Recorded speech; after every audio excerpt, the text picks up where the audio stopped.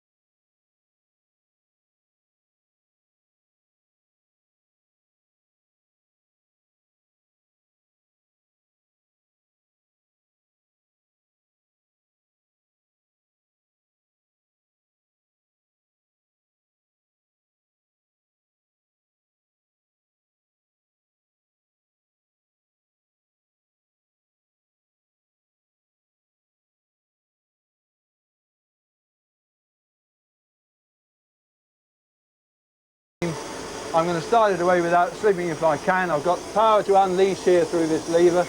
The guard has just given me the tip. And with luck, we'll start away without slipping. I'm unleashing very destructive powers here. If I do it wrong, within 100 seconds, the engine will thrash itself to pieces. There's amazing power in these things. The amazing power in these 128-ton locos allowed speeds of up to 100 miles an hour. In the cab, or footplate as it's known, the driver and his fireman enjoyed one of the classic working relationships. I'm looking to him when the signal's to his side. I'm looking to him to provide the steam when I need it. He's doing his job, I'm doing my job, but I'm reliant on him totally for what I've got under here. Got a green card, right? You couldn't be a driver and you couldn't fire an engine because you couldn't supervise your fireman if you didn't know what he should be doing. Though it looks like simple shoveling, the firing of a loco requires great skill to maintain steam pressure.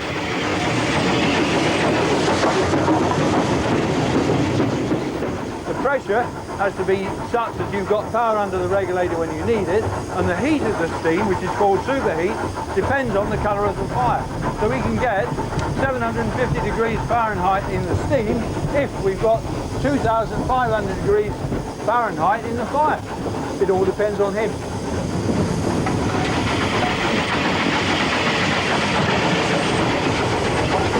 I'm listening to the beat of the engine. I'm listening to the rail joints for my speed. I don't necessarily rely on the speedometer up there.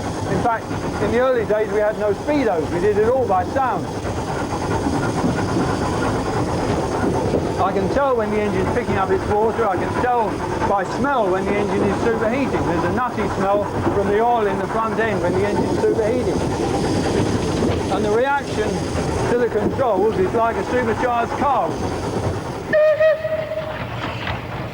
The locos that Clive Groom drove were specially designed for the Southern Railway.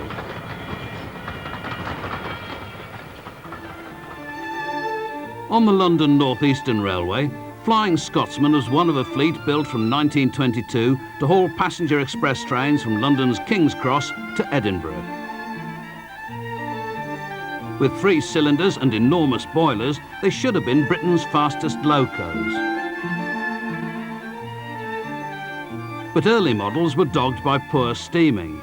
The Scotsman's designer, Nigel Gresley, found a solution in the engine of a rival railway, the Great Western.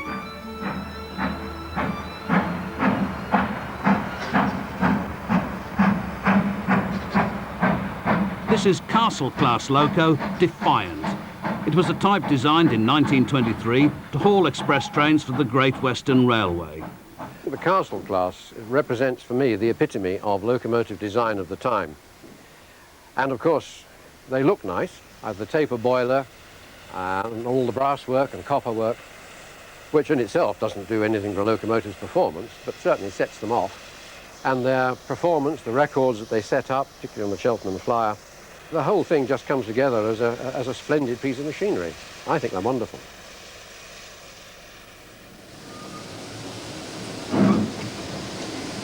Footplate crews on God's Wonderful Railway, as GWR was known to its loyal fans, thought their engines were wonderful too, which was a good job because crew comfort was rather a low priority. There was little weather protection and no seats. But there were some compensations. By modern standards, or by later standards, the Castles are a bit Spartan. They're relatively straightforward to drive. They're very responsive to both the fireman and the driver, and they were very fast. And one of the advantages of the Castle was that it kept its good riding characteristics even when it was fairly warm. The good riding was a result of great engineering at GWR's Swindon Works. This King-class loco was designed by Charles Collett, who was also responsible for the Castles. When Collett built the Castles, he introduced an optical alignment system into Swindon Works, which enabled them to reduce the tolerances on all the moving parts to the very bare minimum. And as a result, of course, they started off with a considerable advantage over those built in other railways. It is said that at that time, Swindon scrapped locomotives or put them in for a major overhaul at wear tolerances that the London North Eastern turned out as new.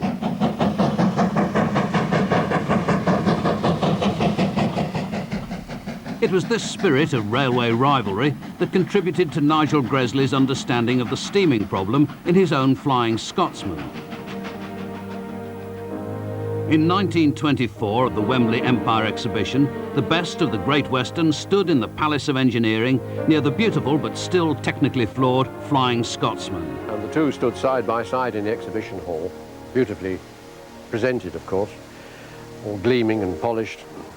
And people remarked that although the Great Western had said quite truthfully that the Castle was the most powerful locomotive in Britain, it was very much smaller in appearance than Flying Scotsman. And I think the result of this was to sharpen the minds of the railway fraternity in particular. The two railways swapped locos for running trials, and the smaller Castle trounced Gresley's engine. However, the real winners were Gresley and the LNER. Gresley studied the superior steam circuit of the Castle, and with this knowledge transformed his own already good engines into a 20th century legend.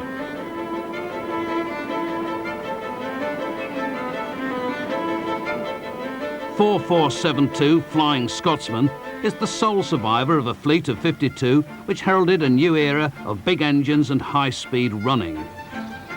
In 1927, the LNER began non-stop trial runs from London to Newcastle. Main lines were equipped with water troughs between the tracks to refill tenders without stopping. So when she approaches a water trough, watch Fireman Mungo doing his stuff. Fireman Mungo's stuff was this. During the journey, he would lower a scoop into the 600 or 700 yard trough. At speeds of up to 70 miles per hour, around 3,000 gallons would be rammed into the tender in 15 seconds.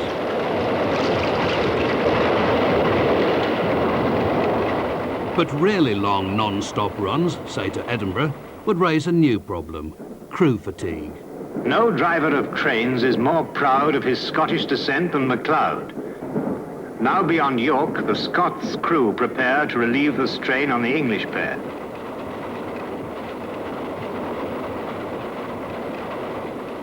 Gresley's simple but effective idea was to allow a relief crew from the train to walk through an 18-inch wide corridor in the coal tender and onto the footplate.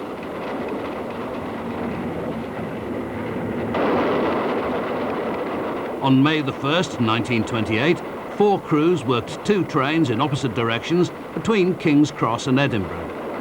At nearly 400 miles, it was to become the world's longest scheduled non-stop run.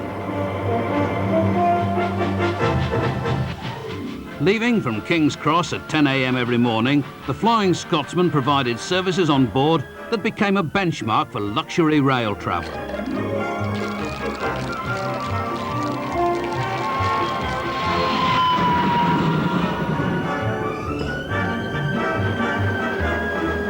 But for Nigel Gresley, it was just the beginning. Determined to develop engines with higher speeds and better fuel economy, his masterpiece was yet to come.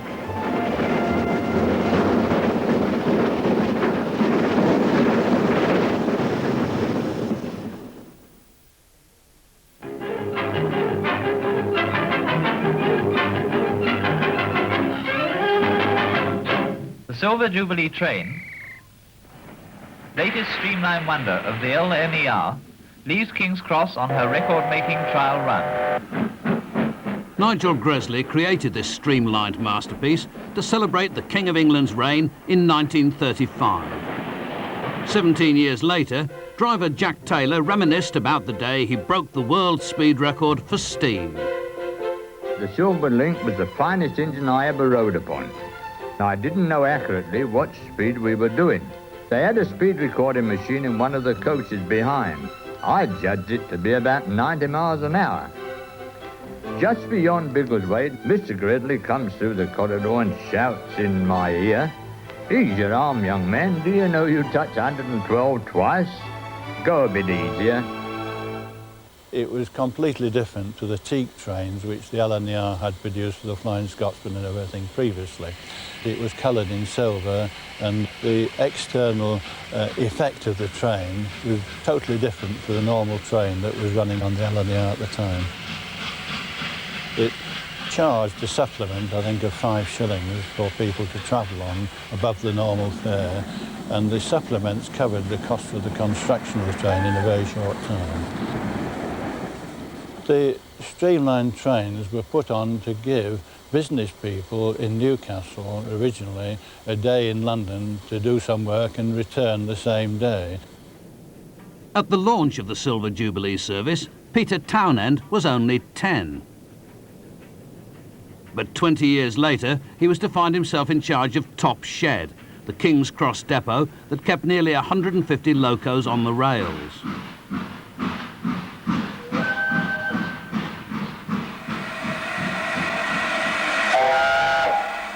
The Sir Nigel Gresley was one of them.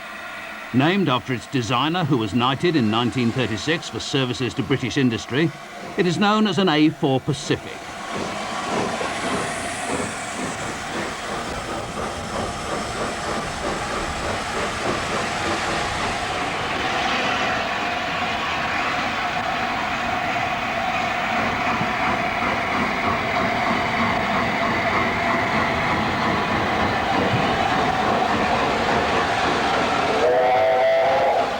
In the mid-1930s, the fad for futuristic streamlining was at fever pitch. Most was a victory of form over function. Not only were the A4s aerodynamically successful, but they helped solve the engine driver's nightmare, drifting smoke. You must be able to see the signals ahead down the long boiler. His vision isn't very good at the best of times, but you can't see anything if the smoke is beating across from the side wind and obscuring the view from the cab. In the belief that the streamlined shape would help lift the smoke clear of the cab, Nigel Gresley tried different shaped models in a wind tunnel. But nothing worked until Eric put his finger on the problem. The technical assistant, Eric Bannister, who was involved in the experiment, was actually holding a plasticine model in his hand, and he held it with his thumb behind the chimney and made a depression behind the chimney by mistake. And they put the model in the wind tunnel and found for the first time they'd succeeded in lifting the smoke clear of the cab.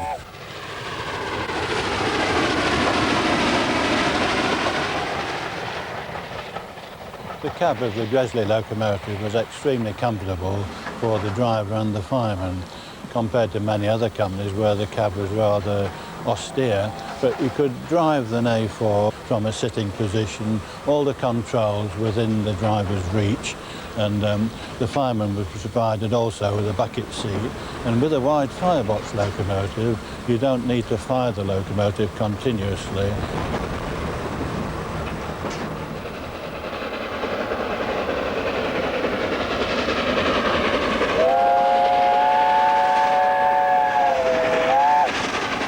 For the next 2 years, Gresley's streamlined A4s dominated speed records until arch rivals, the London, Midland and Scottish, rolled this out in time for the 1937 coronation. It was one of the most powerful locos ever built in Britain. Designed by William Stanier, the 165-ton loco Coronation commenced a publicity-seeking trial run from Euston to Crewe on June the 29th, 1937. 100 journalists and railway officials took part in a test run from Euston to Crewe and back that provided such an orgy of speed as has never before been indulged in over LMS metals. From 85 miles an hour, the speed rose quickly to 100, faster yet and faster, eating up the miles. 102, 105, 108, and she's still accelerating. The rhythm of the exhaust grows stronger, faster. 112.5 miles an hour for 2 miles, smoothly surging over the metals. A supreme effort, and Coronation has done it. 114 miles an hour, the highest speed yet attained in the Empire.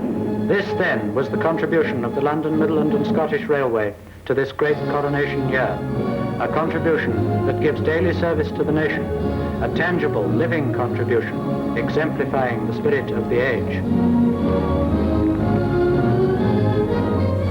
They reach 114 miles an hour, but of course it's not the high speed so much, it's braking from high speed that is the problem, and they had serious difficulty in stopping in Crewe station and went through reverse curves at 50 miles an hour that were intended by the engineer to be crossed through at 25, and nearly, it's a wonder they didn't derail the train. Speed records mesmerised the 1930s public and inevitably had led to reckless running. For all its down-dare spaceship looks and go-faster stripes, Stanier's streamlining had little aerodynamic value, and it got in the way of essential maintenance. Within 10 years, the outer casings were scrapped.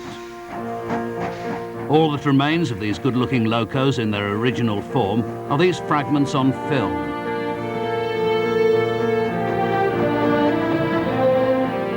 Even their record didn't last long. Just over a year later, on July the 3rd, 1938, the LNER challenged the speed record with a loco named after a duck. With my lovely blue streamlined engine Mallard, I accelerated up the bank to Stoke Summit and past Stoke Box at 85. Once over the top, I gave Mallard a red. After 3 miles, the speed meter in my cab showed 107 miles an hour. Then 108, 109, 110. Getting near Silver Jubilee's record of 113, wonder if I can get past that. And before I knew it, the needle was at 116, and we got the record. They told me afterwards there was a deal of excitement in that dynameter car. Go on, old girl, I thought, we can do better than this. And shot through Little Batham at 123. And in the next 1¼ miles, the needle crept up further, 123.5, 124, 125. And then for a quarter of a mile, while they tell me the folks in the car held their breath, 126 miles per hour. 126? My mate, Tommy Bray, you've done it, you blighter. The blighters on Mallard's footplate had done it. Flashing through the English countryside, they set a world record for steam forever and turned Mallard and themselves into national heroes. Yes, I've driven many important trains, but never with the thrill I got on the 3rd of July, 1938, when for Mallard and me, the world really did go by. It went by like a flash. War ended the thrilling years of the speed records, and afterwards the A4s became the property of the newly nationalised railway system. Through the austerity years of the 1950s, steam was still cheaper than diesels.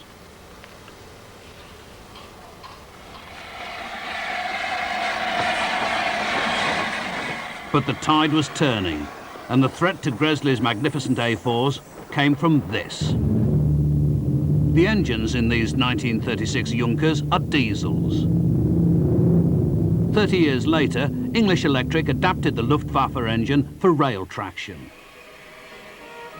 In the black and white world of 1955, the sky blue diesel Deltic was the shock of the new. This is the prototype outside the Vulcan Engineering Works where it was built.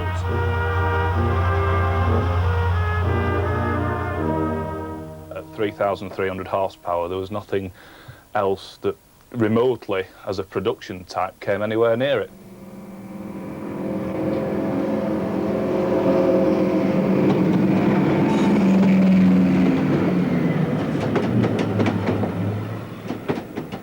They're an interesting machine to drive because of the amount of power that you've got at hand.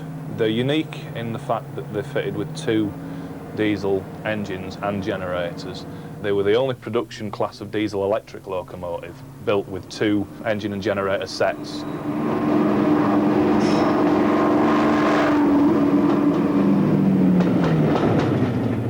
The good thing about the driving position in a Deltic is the all-round good visibility, which you didn't really have on steam.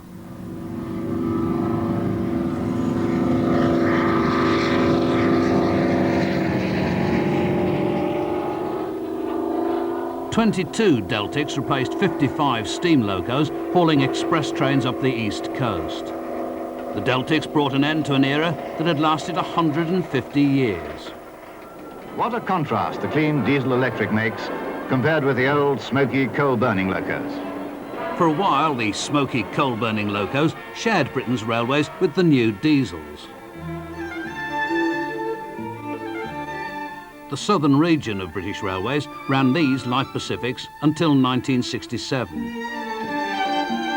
But all that remains now are the much-loved survivors and the memories of the men who drove the cream of Britain's fast trains. The expense of the machinery that was put into the hands of these quite simple, unlettered men was extraordinary.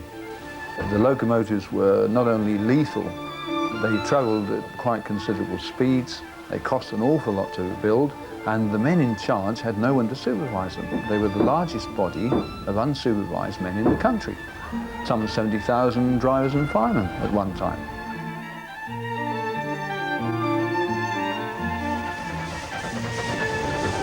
The first time I went at a considerable rate, I thought my last hour had come. But then I thought to myself it was a bloody fine way to die and resign myself to death.